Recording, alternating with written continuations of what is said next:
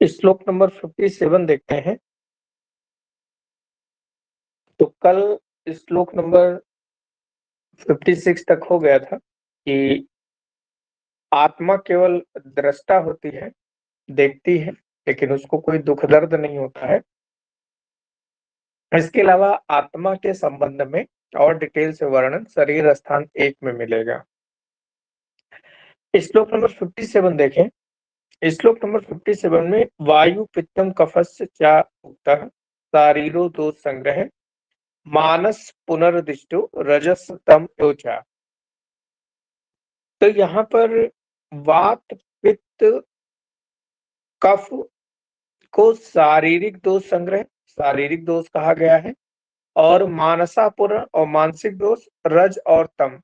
तो टोटल दोष अगर देखें तो यहाँ पर 5 दोष बताए गए हैं, वात पित्त कफ रज और तम, या फिर 2 बताए गए हैं शारीरिक और मानसिक दोष, या फिर 3 वात पित्त कफ शारीरिक दोषों का बताया गया है। तो क्वेश्चन दोष कितने होते हैं? तो 5 होते हैं। रज का पर्याय लिख लें कि रज को चूर्ण आर्तो और भाव प्रकाश के अनुसार सप्तम धातु रज होती है। आर्तो सप्तम धातु माना है उन्होंने, 8वीं धातु शुक्र को माना है। तो रज का पर्याय चूर्ण आर्तो भी होता है। नेक्स्ट पेज पे देखें, विमर्श में दूसरी लाइन में एक श्लोक आया होगा, पित्तम पंगु कफम पंगु पंगो मल धातुना या वायुना यत्र नियंते तत्र गच्छति मेघवत। ये सारंगधर जी का श्लोक है। उन्होंने पित्त और कफ को पंगु यानी कि लंगड़ा बताया है, और मल और धातु ये सब पंगु होते हैं, लंगड़े होते हैं, कहीं जा नहीं सकते, चल नहीं सकते। लेकिन वायु ना यत्र नहीं होते। वायु जब प्रकोपित होती है तो इनको जहां पर ले जाके छोड़ेगी उस स्थान पर ये व्याधि को उत्पन्न करते हैं। जिस प्रकार से आकाश में बादल वायु जहां पर उड़ा के ले जाती है वहां पर वर्षा होती है। नेक्स्ट दूसरा पैराग्राफ लिखा होगा, वाग्भट जी का एक श्लोक आया होगा, वायु पित्तम कफस्य त्रयो दोष समासता। तो वात पित्त और कफ इन तीनों को दोष बताया गया है। 2 लाइन फिर से यहां से छोड़ के देखें विमर्श में। सुश्रुत ने कहा होगा कि रक्त को दोष, यानी कि रक्त को सुश्रुत ने चौथा दोष माना है। हालांकि दोष उन्होंने भी 3 ही बताए, लेकिन रक्त को भी दोष में माना है। और एक संचयम चा प्रकोपम चा प्रसरम स्थान संसर्ग व्यक्त भेदा चायो वेति दोषाणाम चा भवेद विसर्ग। ये सुश्रुत सूत्र स्थान 21 का श्लोक है और ये श्लोक षड क्रियाकाल का है। षड क्रियाकाल यानी कि व्याधि उत्पन्न होने के जो 6 स्तर होते हैं, अगर उस पर ट्रीटमेंट कर दिया जाए तो कोई व्याधि आगे नहीं बढ़ेगी। तो संचयम चा प्रकोपम चा यानी संचय अवस्था, प्रकोप अवस्था, प्रसर अवस्था, स्थान संसर्ग, व्यक्त अवस्था और भेदावस्था। फिर यहीं से 8-9 लाइन फिर से छोड़ के देखें, एक फिर से श्लोक आया होगा, शरद काल स्वभाव से शोणितम संप्रदूषति। तो शरद ऋतु में रक्त जो होता है स्वभावतः प्रकोपित होता है। शरद काल में पित्त की भी तुष्टि होती है, क्योंकि पित्त और रक्त के जो गुण दोष सब एक ही जैसे होते हैं, इसलिए पित्त प्रकोप जो होता है वो रक्त को भी दूषित करता है। और इसके फिर रक्तज लोगों की चिकित्सा नेक्स्ट लाइन में देखें, ये भी बताया गया है, रक्त पित्त हरि क्रिया विरेक उपवासस्य च श्रावणम शोणितस्य च। तो रक्त प्रकोपित है तो रक्त पित्त को समन करने वाली चिकित्सा विरेक यानी विरेचन, उपवास और श्रावणम शोणितस्य, शोणित यानी कि रक्त और श्रावणम मतलब बाहर निकालना यानी रक्त मोक्षण कराना चाहिए। तो रक्त या पित्त जो दोष होते हैं उसमें रक्त पित्त सामक चिकित्सा, विरेचन, उपवास और रक्त मोक्षण कराते हैं। ये सारे पॉइंट आगे भी मिलेंगे। ये श्लोक सूत्र स्थान 24 का है। तो विमर्श में भी इसलिए अंडरलाइन करा देते हैं कि आगे धीरे-धीरे से आप लोगों को ये सारी चीज़ें मिलती जाएँगी, तो रिवीजन भी होता जाएगा। तो यहीं ऊपर लिख लें कि त्रिविध क्रियाकाल सुश्रुत ने चरक ने सूत्र स्थान 17 में बताया। षड क्रियाकाल सुश्रुत ने सूत्र स्थान 21 में और त्रिविध क्रियाकाल सूत्र स्थान 17 में चरक ने बताया।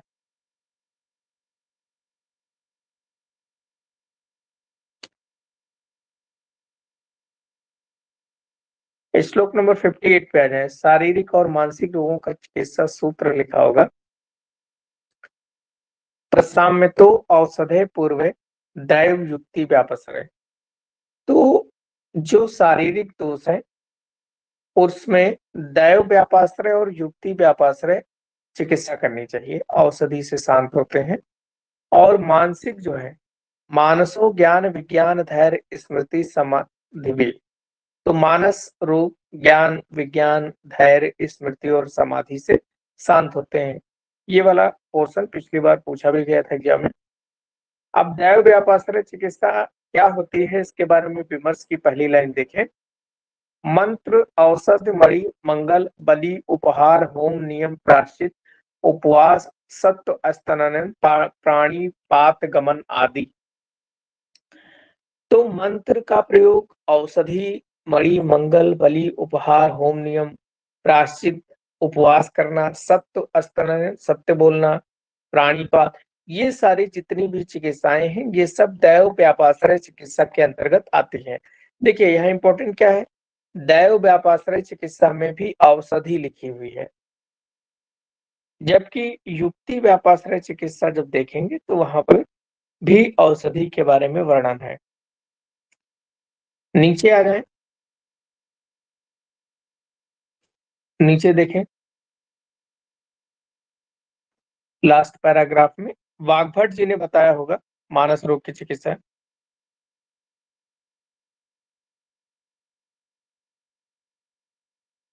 तो यहाँ पे देखें धी धैर्य आत्मादि विज्ञानम मनोदोष औषधम परम। तो वाग्भट जी ने धी धैर्य आति इनका विज्ञान जो है, धी अपने पेशेंस रखना अपनी बुद्धि के बारे में जानना, ये सब मानस दोषों की चिकित्सा के बारे में बताया। जस्ट उसी के नीचे देखें चरक संहिता के सूत्र स्थान 11 में तीसरी एक सत्व जय चिकित्सा बताई गई है। सत्व का मतलब मन, यानी कि मन पर विजय की प्राप्ति करना। श्लोक नंबर 59 में देखें तो वात के लक्षण लिखे होंगे। देखिए वात के जो गुण हैं ये सूत्र स्थान 1 में वर्णन है। तो पहला रूक्षो शीतो लघु सूक्ष्म चल विशद खर विपरीत गुणे द्रव्य मारुत संप्रसाम्यति। तो वात के गुण में रूप शीत लघु सूक्ष्म चल विशद और खर, ये यहाँ पर 7 गुण बताए गए हैं। और ये बताया कि इन गुणों के विपरीत गुण वाले द्रव्यों का अगर हम प्रयोग करें तो वात का शमन कर सकते हैं। यहाँ पर लिख लें कि सूत्र स्थान 12 वात कलाकली अध्याय में 6 गुण बताए गए हैं। चल और सूक्ष्म के स्थान पर दारुण गुण बताया गया है। चल और सूक्ष्म के स्थान पर दारुण गुण। और चरक चिकित्सा स्थान 3 ज्वर चिकित्सा में वायु का योग वाही गुण भी बताया गया। वायु का योग वाही गुण भी बताया गया है।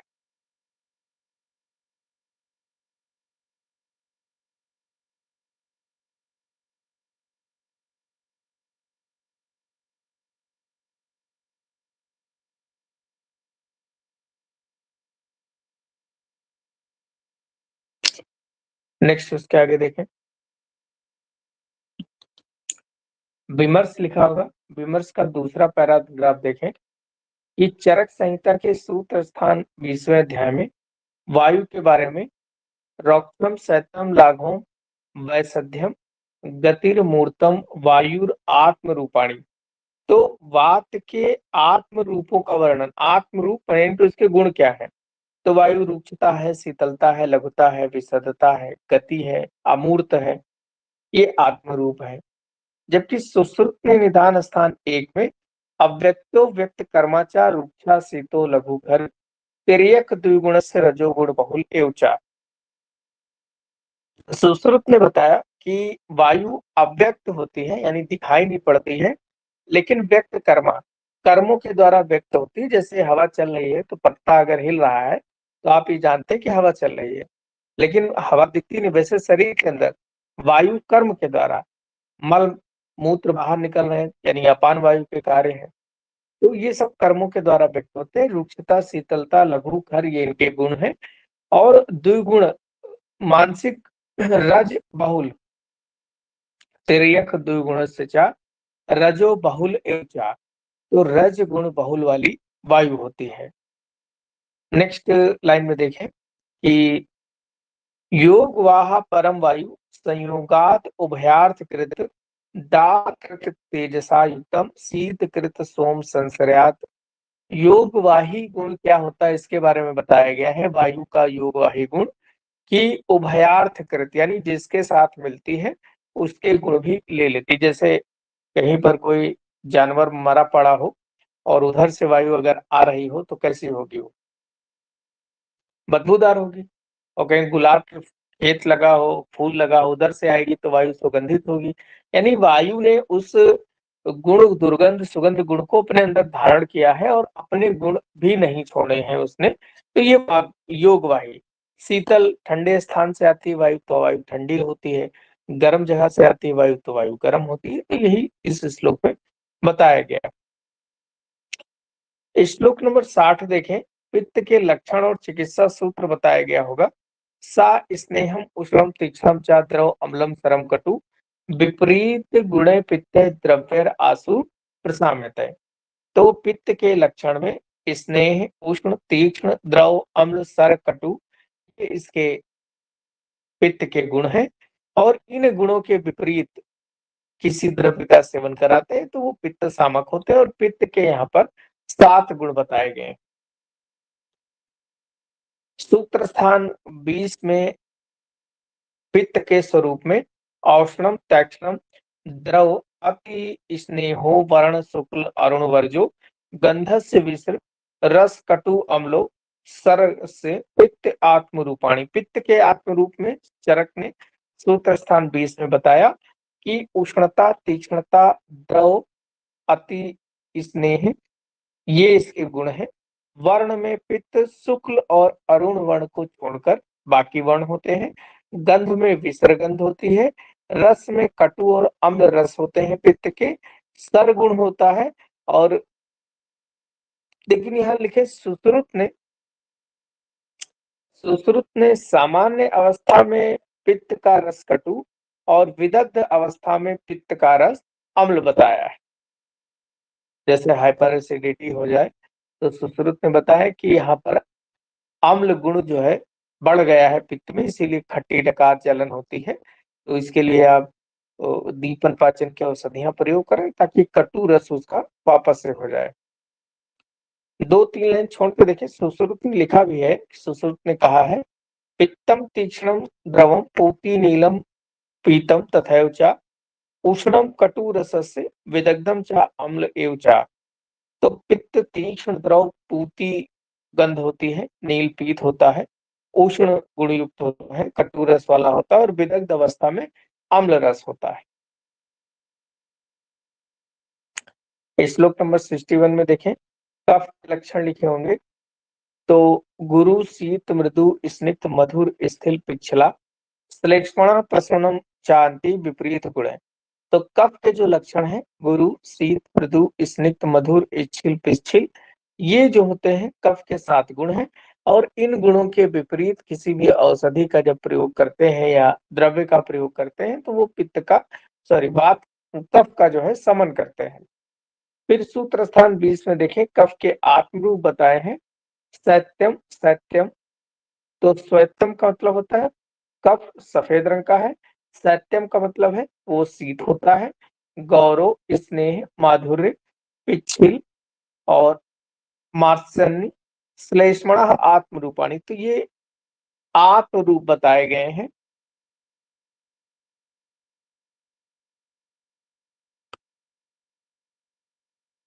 नेक्स्ट इसी लाइन में इसी विमर्श में सबसे लास्ट में देखें कि कटु अम्लम लवणम पित्तम स्वाद अम्ल लवण कफा कषाय तिक्त कटु वायु अनुमानता।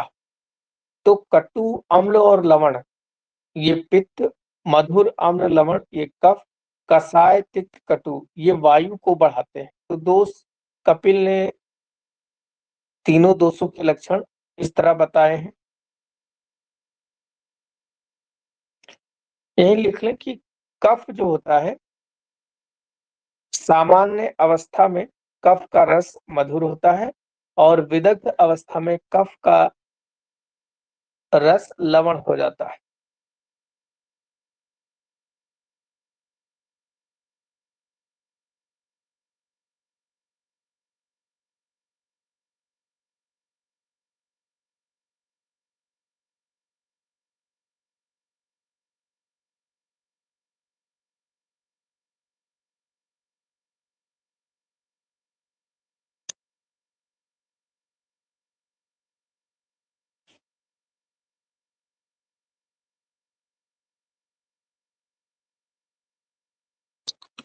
श्लोक नंबर 62 में देखें कि विपरीत गुण देश मात्रा काल उपादित है। तो जब देश मात्रा और काल इनके विपरीत गुण वाले औषधि का प्रयोग किया जाता है तो साध्य रोग ठीक हो जाते हैं। नेक्स्ट पेज पे आ जाए।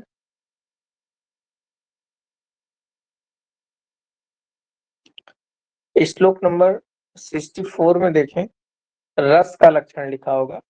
रसन अर्थो रसस तस्य द्रव्यम आपा क्षितिज तथा निवर्तो च विशेषे च प्रत्यय आदया खा आदित्रया। तो रसन अर्थो यानी कि रसना जिह्वा के अर्थ का नाम रस है, यानी कि जीव जिस विषय को ग्रहण करता है उसे रस कहा जाता है। और इसका जो आधार द्रव्य है आपा क्षितिज, आपा मतलब जल और क्षिति मतलब पृथ्वी। तो जल और पृथ्वी जो होता है वो आधार द्रव्य है। और विशेष रस का ज्ञान निवर्तोचा विशेष है, विशेष ज्ञान कि ये कड़वा है, ये खट्टा है, ये मीठा है, इसका ज्ञान होता है खा आदि। खा मतलब आकाश के जो तीन बच गए हैं, आकाश, अग्नि और वायु, इनके द्वारा विशेष ज्ञान होता है। श्लोक नंबर 65 में रस के भेद मधुर अम्ल लवण खटु तिक्त कषाय ये बताए गए हैं। नेक्स्ट पेज पे देखें रसों के कार्य लिखे होंगे। उसके आगे विमर्श में देखें चौथी लाइन में कि वृद्ध वाग्भट यानी कि अष्टांग संग्रह ने रसा स्वादु अम्ल लवण तिक्त उष्ण कषाय का, तो 6 रस जो बताए हैं अष्टांग संग्रह ने, तो उन्होंने स्वादु अम्ल लवण तिक्त उष्ण यानी कटु रस को इन्होंने उष्ण शब्द दिया है और तिक्त रस के बाद बताया है। तो ये पॉइंट यहीं लिख लेंगे।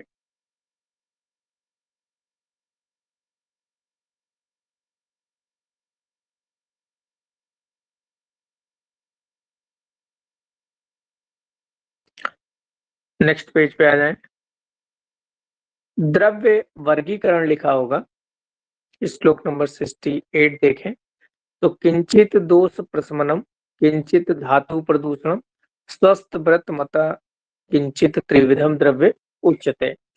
तो प्रभाव भेद से यहाँ पर कुछ द्रव्य ऐसे होते हैं जो दोषों को शांत करते हैं और कुछ ऐसे होते हैं जो धातु को प्रदूषित करते हैं और कुछ द्रव्य स्वस्थ व्रत को बनाए रखते हैं।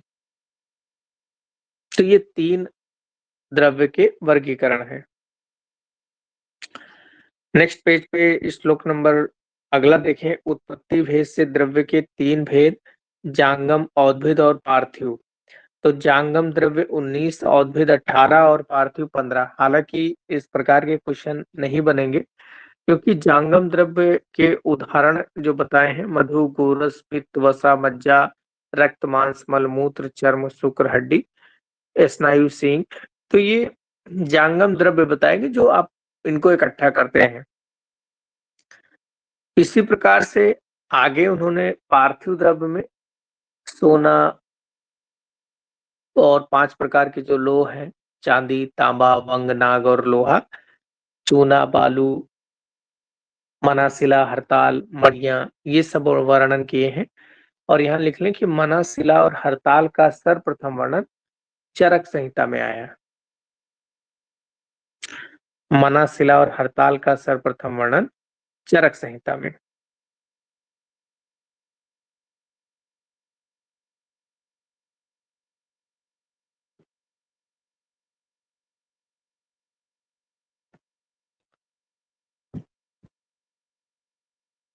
जबकि फेनास्म का सर्वप्रथम वर्णन सुश्रुत संहिता में।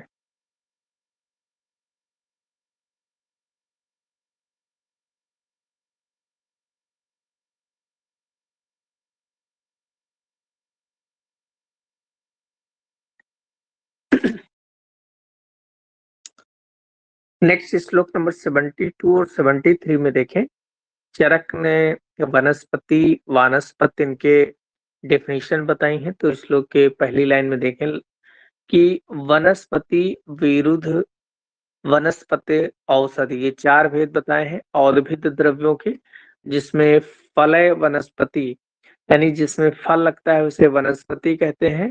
और पुष्पय वानस्पत्य फलैर अपि, यानी कि जिसमें पुष्प और फल दोनों लगते हैं उसे वानस्पत्य कहते हैं। और इसी को सुश्रुत ने वृक्ष शब्द दिया है। औषध फल पाक अंता, और औषधि क्या है? जिसका फल पकने के बाद में अंत हो जाए उसे औषधि कहते हैं। और प्रताने विरुद्ध स्मृता, और प्रतान किसे कहते हैं? जो विरुद्ध यानी कि लताएं जो होती हैं, प्रतान लताएं, वो विरुद्ध कहलाते हैं। तो लताएं जैसे लौकी, तोरई, कद्दू, ये सब लताएं हैं।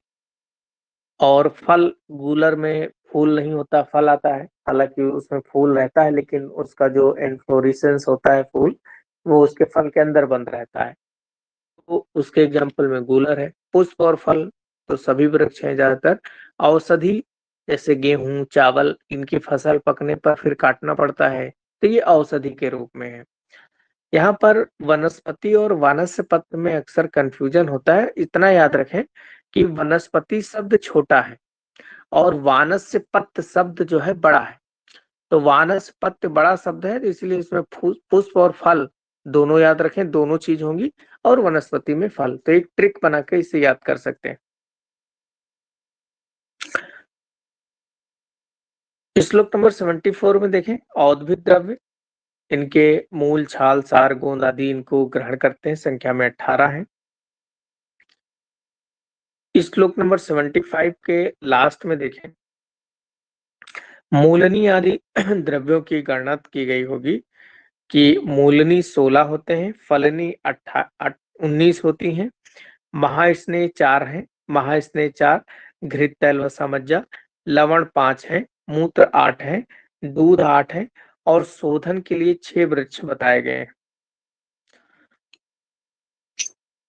16 मूलनी द्रव्य लिखे हैं, इसमें प्रत्येक श्रेणी को अंडरलाइन करें। फिर उसके आगे मूलनी द्रव्यों के प्रयोग स्थल लिखे होंगे। तो इसमें सणपुष्पी चा बिंबी चा छर्दने हैमवती अपी। तो छर्दन का मतलब होता है वमन कराना। तो मूलनी द्रव्य होते हैं 16। इन 16 द्रव्यों में 11 द्रव्य विरेचन के हैं, 3 द्रव्य वमन के हैं, और 2 द्रव्य जो है वो सिरो विरेचन के हैं। तो सणपुष्पी, बिंबी और हेमवती, ये 3 द्रव्य जो है ये वमन कराते हैं। श्वेता और ज्योतिषमती, ये 2 द्रव्य जो है वो सिरो विरेचन कराते हैं। बाकी 11 जो बचे वो विरेचन कराते हैं। फिर 19 फलनी द्रव्य जो होते हैं उसमें देखें श्लोक नंबर 85 में, धामार्गो, इक्ष्वाकु, जीमूतक, कृतवेधन, मदन, कुटज, चायो, त्रपुस, हस्ती, प्रणी। तो ये 8 द्रव्य जो हैं वो वमन कराते हैं। इन 8 द्रव्यों में अगर आप देखेंगे तो मदन फल, जीमूतक, इक्ष्वाकु, धारमार्गो, कुटज और कृतवेधन, ये 6 द्रव्य आपको सिद्धि स्थान कल्प और सिद्धि स्थान जब पढ़ेंगे तो उसमें कल्प स्थान जो है, उसमें शुरुआत के जो 6 चैप्टर हैं उनके नाम लिखे गए हैं और इन्हीं को मिलाकर वमन द्रव्य के योग बनाए गए हैं। ऐसे में मदन फल के 133 योग हैं, इस तरीके से हम लोग वहाँ पढ़ेंगे। तो 355 और 245, 355 वमन के योग हैं, 300 और 245 विरेचन के योग हैं। टोटल 600 विरेचन योग होते हैं। ये सब हम लोग आगे पढ़ेंगे। श्लोक नंबर 86 में देखें, इसमें एतानी वमन चा योज्या आस्थापनेषु चा। अच्छा, ये दोनों काम के लिए प्रयोग होते हैं। 8 द्रव्य धार्मागो, इक्ष्वाकु, जीमूतक, कृतवेधन, मदन फल, कुटज, त्रपुस और हस्तिपर्णी, ये 8 द्रव्य वमन और आस्थापन इन दोनों के लिए प्रयोग होते हैं।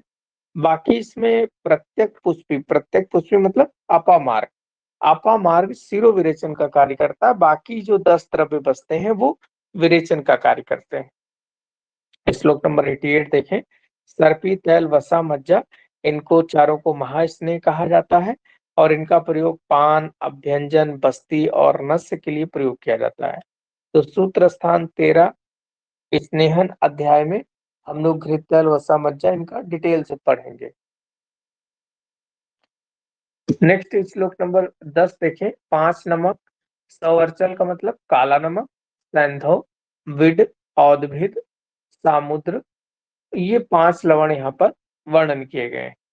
इनका काम क्या है, श्लोक नंबर 92 में देखें कि अधोभाग ऊर्ध्वभागेषु निरूह अनुवासने अभ्यंजन भोजनार्थे शिरस्य विरेचने।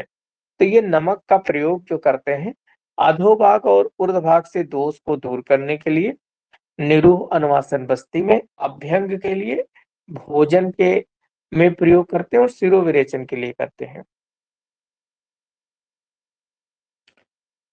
श्लोक नंबर 94 का लास्ट आप देखें, सर्व आत्रेय शासने।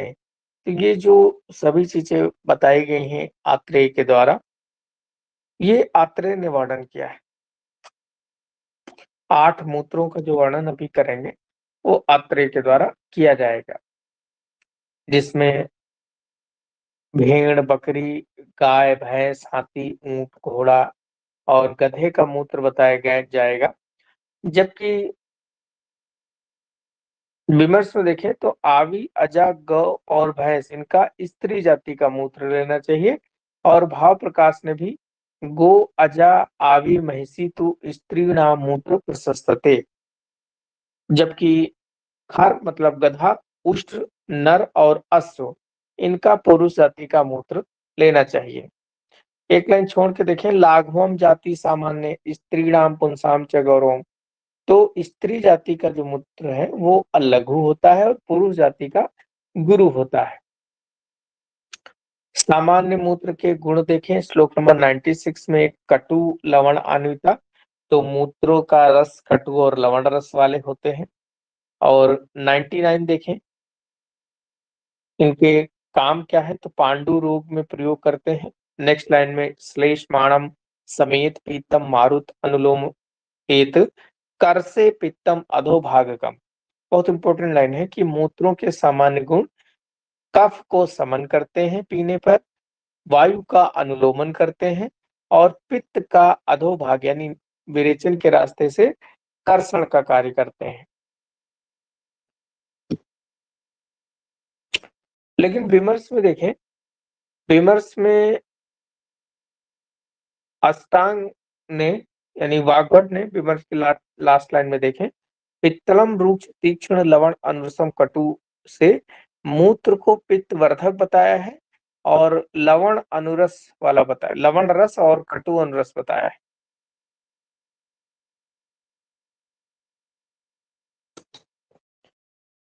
अब ये जो मूत्र है इनके अलग अलग गुण क्या क्या बताए गए हैं, तो श्लोक की पहली लाइन देखें, श्लोक नंबर 101, आवी मूत्रम। आवी मतलब भेड़ का मूत्र जो है, सा तिक्तम स्याद स्निग्धम पित्त अविरोधी चा। तो तिक्त रस वाला होता है, स्निग्ध है और पित्त का विरोध न करने वाला होता है। फिर उसके आगे बकरी का देखें, आजम कसाय मधुरम पथ्यम दोष त्रहंती चा। बकरी का मूत्र कसाय मधुर रस वाला होता है, पथ्य है और तीनों दोषों को शांत करने वाला है। गाय का मूत्र देखें तो सा मधुर मधुर रस का है, किंचित दोषग्नम कुछ दोषों को दूर करता है और कृमि कुष्ठ नुत यानी कि कृमि और कुष्ठ को दूर करता है। साथ ही साथ में कंडू खुजली को दूर करता है और समेत पीतम सम्यक दोष उदरे हितम। अगर सम्यक रूप से पान किया जाए गाय का मूत्र तो ये कंडू और दोष जन्य जो उदर रोग होते हैं उनको दूर करता है। फिर भैंस का मूत्र देखें, अर्स सोफ उदरहग्नम तू साक्षारम महिषी सरम। तो भैंस जो होती है उसका मूत्र क्षार गुण रस वाला होता है और अर्स सोफ और उदर रोगों को दूर करता है। सोफ यानी कि स्वेलिंग। हाथी का देखें, हाथी का मूत्र लवण रस वाला होता है और ये कृमि कुष्ठ नाम कृमि और कुष्ठ को दूर करता है। देखिए हाथी का और गाय का देखें, गाय में कृमि कुष्ठ नुत लिखा है और यहाँ पर नाम। एग्जाम में कई बार क्वेश्चन जब पूछते हैं तो श्लोक से जब वर्ड उठा के रखते हैं कि कृमि कुष्ठ नुत किस मूत्र का लक्षण है और ऑप्शन में हाथी और गाय अगर दोनों हैं तो फिर आपको कंफ्यूजन हो जाएगा। तो इस तरह याद रखें कि गाय होती है छोटी हाथी से, तो इसलिए गाय कृमि कुष्ठ नुत और हाथी बड़ा है तो कृमि कुष्ठ नाम बड़ा नाम है उसका। इस तरह से याद रखें। फिर प्रशस्त बद्ध विड मित्रों, विष श्लेष्म अर्शसाम। इसके अलावा हाथी का मूत्र बद्ध यानी कि मूत्र और पुरीस रुक गए हों वहां प्रयोग करते हैं। विष श्लेष्म अर्शसाम, विष कफ रोग और अर्श में प्रयोग करते हैं। फिर उसके आगे ऊंट का देखें तो साफ तिक्तम श्वास कास हग्नम अर्श हग्नम चा उष्टते। ऊंट देखें और ऊंट की गर्दन देखें। ऊंट की गर्दन बहुत बड़ी होती है। अब गर्दन बड़ी है तो ट्रैकिया भी उसका बहुत बड़ा होगा। ट्रैकिया बड़ा है तो सांस लेने में कोई हो सकता है बीमारी हो उसको। तो इसीलिए इसका मूत्र जो है, ये ट्रिक मैं बता रहा हूँ कैसे याद करना है, ऐसा कोई साइंटिफिक लॉजिक नहीं है। तो गाय का ऊंट की गर्दन बहुत बड़ी है तो उसको हो सकता है श्वास कास की बीमारी हो, तो इसका तिक्त रस वाला होता है मूत्र, श्वास कास को और अर्श को दूर करता है। ऐसे वाजिना, वाजी मतलब घोड़ा, घोड़ा बहुत तेज दौड़ता है और जो बहुत तेज दौड़ेगा गिरेगा तो चोट लगेगी, चोट लगेगी तो व्रण बन जाएगा। तो घोड़े का मूत्र तिक्त कटुरस का होता है और कुष्ठ और व्रण और विष को दूर करता है।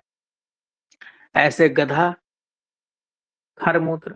अब किसी ने अगर आपको गधा कह दिया इसका मतलब क्या है, बुद्धि आपकी कम है। तो गधे का मूत्र बुद्धिवर्धक हो जाता है। देखें कैसे, तो चरक ने बताया कि गधे का मूत्र जो है अपस्मार उन्माद और ग्रह विनाशम यानी जितने भी मानसिक रोग हैं अगर आप गधे का मूत्र उनको पिलाओ तो निश्चित रूप से उनका जो है मृगिक दौरा, अपस्मार जिसको कहते हैं, उन्माद और ग्रह रोग जो है दूर हो जाएंगे। गधा नहीं बनेगा लेकिन बाकी गधे वाले जितने लक्षण है वो दूर हो जाएंगे। विमर्श में देखें तो लास्ट लाइन में भाव प्रकाश ने गोमूत्र के बारे में बताया है। कंडू क्लास गुदसूल मुख अच्छी रोगनान यानी कंडू यानी खुजली, क्लास श्वेत कुष्ठ जो होता है विटिलिगो उसको क्लास कहते हैं, गुदसूल गुदे में दर्द हो रहा हो, मुख और अच्छी रोग हो, गुल्म हो अतिसार हो, मारुत आदि में मूत्र रोधान। तो गुल्म अतिसार और मारुत आम यानी कि वातज रोग हो, मूत्र अवरोध हो, कास हो, कुष्ठ हो, जठर रोग हो, कृमि हो, पांडु हो, इसमें गोमूत्र का पान कराते हैं। फिर उसी के आगे 8 दुग्ध का वर्णन है। अब लेकिन दुग्ध का यहाँ डिटेल से नहीं बताया, केवल नाम लिख के छोड़ दिया है और गधे के स्थान पर केवल यहाँ पर स्त्री का दुग्ध बताया है। और जब हम लोग सूत्र स्थान 27 पढ़ेंगे तो वहां पर दुग्ध वर्ग में डिटेल से वर्णन है। दुग्धों का सामान्य गुण क्या है, तो श्लोक नंबर 109 का लास्ट आप अंडरलाइन कर लें कि जीवनम श्रमहरम श्वास कास निर्हरणम। तो जीवनी है, श्रमहर है, श्वास कास को दूर करता है, नेक्स्ट लाइन में देखें तो सर्व प्राणभृताम सात्मम समनम शोधनम तथा सभी प्राणियों के लिए प्राण देने वाला सात्म समन और शोधन के लिए प्रयोग करते हैं। तृष्णा हगनम प्यास दूर करता है, दीपनीय है। श्रेष्ठम क्षीण क्षते, कोई क्षीण और क्षत व्याधि से पीड़ित है तो उसके लिए दुग्धपान श्रेष्ठ है। पांडु रोग, अम्ल पित्त इन सब में प्रयोग करते हैं। एक लाइन छोड़ के देखें, वात पित्त विकारों में दुग्ध का प्रयोग करते हैं।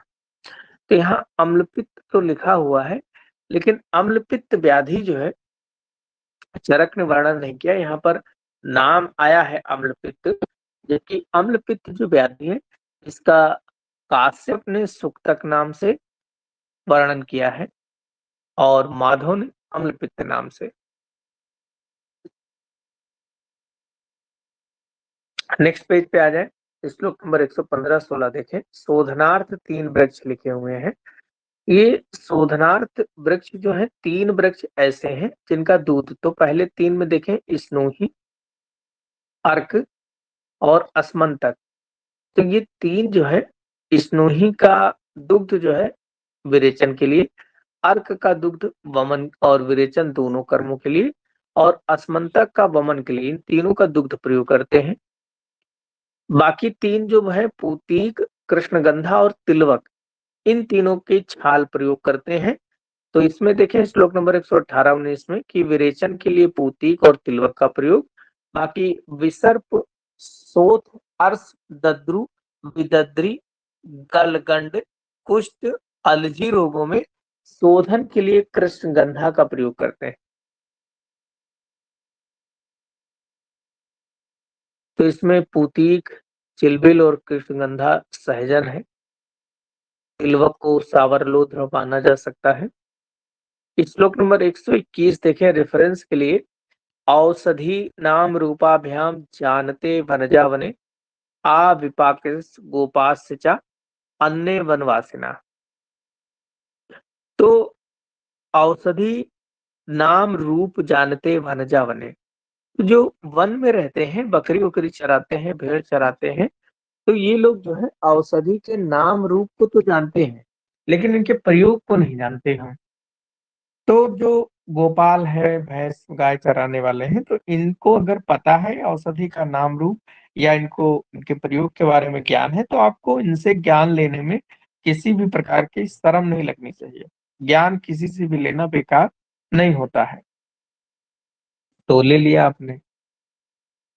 फिर उसके बाद में श्लोक नंबर 122 देखें कि ना नाम ज्ञान मात्रेण रूप ज्ञानेन वा पुनः औषधि नाम परम प्राप्ति कश्चिद वेद ऋतु हरति। तो कोई व्यक्ति अगर केवल नाम ज्ञान प्राप्त कर ले, औषधि का स्वरूप जान ले, इससे औषधियों का उसको पूर्ण ज्ञान हो गया है ऐसा नहीं कह सकते, क्योंकि अभी उसके प्रयोग को नहीं जानता। तो कौन है तत्वविद? तो इसके बारे में रेफरेंस देखें, फिर से बताया है कि योग वित्त विप्रो रूप ज्ञासास्ताम तत्व वितत्तते किम पुनरयो विज्ञानी दोष भी सर्वथा विषक। तो जो औषधियों को स्वरूप को न जानते हुए केवल उसको प्रयोग को जानता है, तो उसको तत्वविद कहते हैं। और जो सभी चीजों को जानता है तो फिर उसके बारे में तो क्या ही कहने। फिर श्रेष्ठ चिकित्सक कौन है?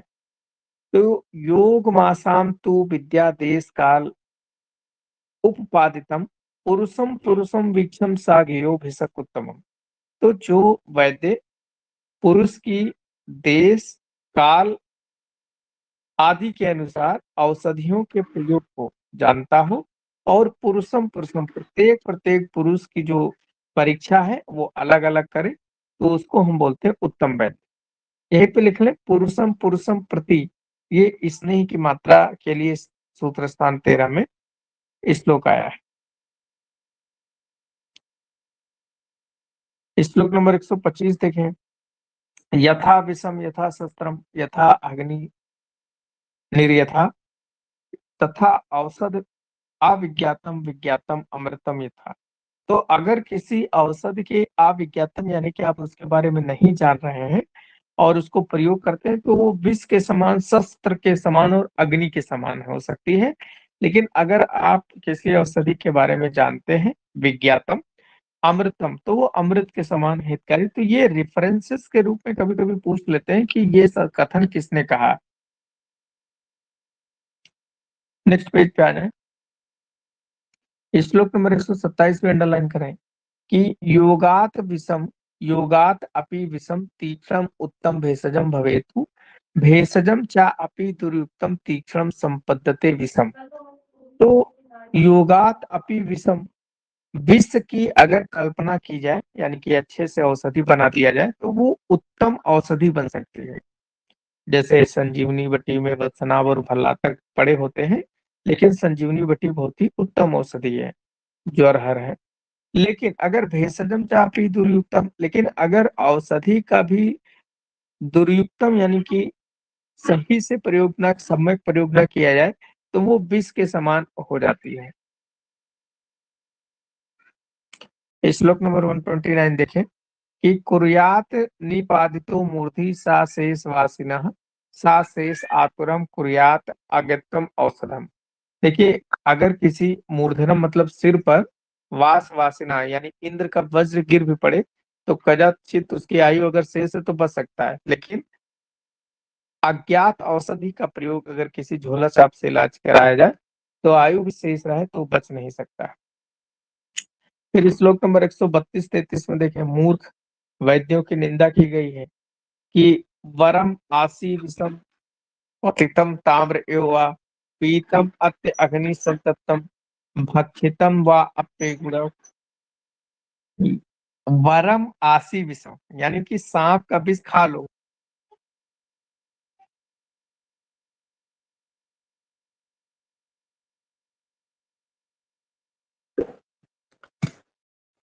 और या फिर दूसरी बात लिखिए, क्वथितम ताम्र एव, तो ताम्र के बर्तन में जल उबार कर पीकर अपना शरीर नष्ट कर दो, या फिर अग्नि से तपाया हुआ लोहा खा लो, लेकिन वैद्य के वेश में जो झोला छाप है उनसे अपना इलाज न कराओ, ऐसा चरक ने कहा है। नेक्स्ट पेज पे आ जाए। श्लोक नंबर 136 में देखें, सम्यक प्रयोगम सर्वेशम सिद्धिर ख्याति कर्मणाम। तो सम्यक प्रयोग किया जाए औषधियों का तो उससे सिद्धि यानी सफलता मिलती है। लास्ट में देखें तत्र श्लोका करके लिखा होगा, तो ये केवल चरक संहिता में मिलता है। तत्र श्लोका इसका मतलब होता है पूरे जो चैप्टर में पढ़ा है उसकी एक समरी बना देते हैं। तो एक बार ये भी क्वेश्चन पूछा गया कि तत्र श्लोका किस संहिता में मिलता है, तो चरक संहिता में। तो ये सूत्र स्थान 1 जो है समाप्त हुआ। सूत्र स्थान 1 के नोट्स कल लिखेंगे, आज बस इतना ही।